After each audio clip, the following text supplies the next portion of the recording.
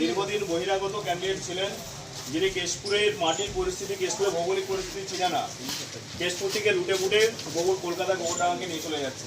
এবারে কেশপুরের মাটির ছেলে, কেশপুরের পান্তা ভাত খাওয়া ছেলে এবং আমাদের কৃষক পরিবারের ছেলে বিজেপির ক্যান্ডিডেট হয়েছে নরেন্দ্র মোদীজির স্নেহধন্য প্রার্থী শুভেন্দুদা।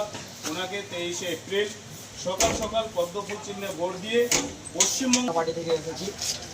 আপনারা সবাই জানেন আমি এই গ্রামেরই ছেলে, এই গ্রামে আমি বড় হয়েছি। তো সেখানে হয়তো অনেকে প্রশ্ন যে হঠাৎ করে আমি একটা প্রাইভেট কোম্পানিতে জব করছিলাম, হঠাৎ করে আমার রাজনীতিতে কেন আসা। তো এই রাজনীতিতে এই কারণে আসা, আমাদের দেয়ালে পুরো পিঠ থেকে গেছে। কারণ এই সরকার অর্থনৈতিকভাবে দেউলিয়া, শিল্প সংস্থানে একদম, কর্মসংস্থানে দেউলিয়া, কৃষিতে দেউলিয়া।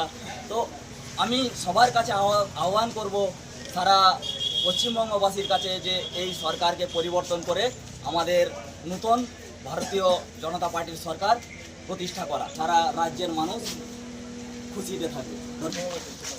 গ্রামের ছেলেকে এই পদ্মফুল চিহ্নে ভোট দিয়ে আপনারা জয়যুক্ত করবেন, রাজ্যের অর্থনৈতিক সামাজিক পরিস্থিতি সচল রাখার জন্য। আমরা কেশপুর বিধানসভা ভারতীয় জনতা পার্টি থেকে এসেছি। 23শে এপ্রিল ভোট আমাদের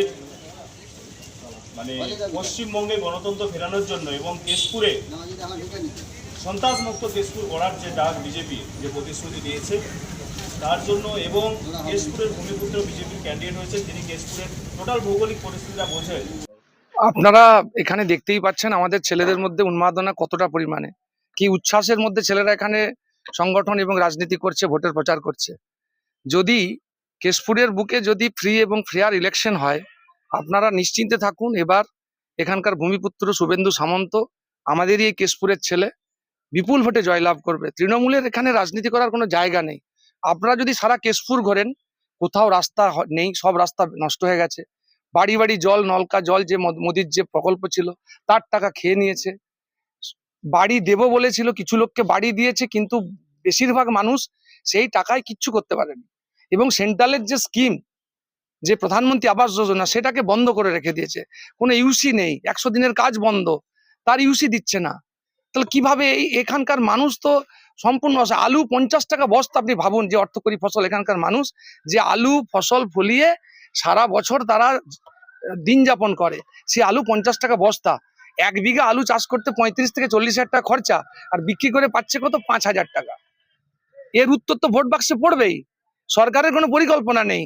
আজকে বিজেপি ছিল বলে রেক লাগিয়ে চন্দ্রকোনা রোড থেকে, তারকেশ্বর থেকে মাঠের আলুগুলো উঠে গেল হিমন্ত বিশ্ব শর্মা রাজ্যে, আসামে। আপনি ভাবুন, এখানে সরকারের কোনো পরিকল্পনা আছে? এই পরিস্থিতিতে আমাদের ছেলেরা যেভাবে বুক চিতিয়ে এখানে রাজনীতি করছে, তবু কোনো কোনো জায়গায় তৃণমূলের কিছু কিছু গুন্ডা মস্তান আছে, তারা ধমকাচ্ছে, কিন্তু আমাদের ছেলেরা এসব ধমকানি চমকানিকে ভয় পাবে না। কারণ এটা কেশপুরের 1 নম্বর অঞ্চল, 1 নম্বরে পাল্টাগড়। এখানেও কিছু লোকজন আছে তৃণমূলের, যারা করে কমে খায়, পার্টির থেকে তোলা তুলে খায়, তাদের একটু ব্যথা লাগছে। কারণ বিজেপি সরকার আসবে, এবার বিজেপি সরকার পশ্চিমবাংলায় আসবেই, এবং নরেন্দ্র মোদী, অমিত শাহজি দুজনেই পশ্চিমবাংলায় আছেন শুধুমাত্র পশ্চিমবাংলায় সুশাসন প্রতিষ্ঠা এবং সোনার বাংলা গড়ার লক্ষ্যে, এখানে ডবল ইঞ্জিন সরকার তৈরি করার জন্য। আপনারা দেখছেন। আমার নাম সৌমেন মিশ্র, আমি শালবনী বিধানসভার ইনচার্জ এবং ঘাটাল সাংগঠনিক জেলার সদস্য।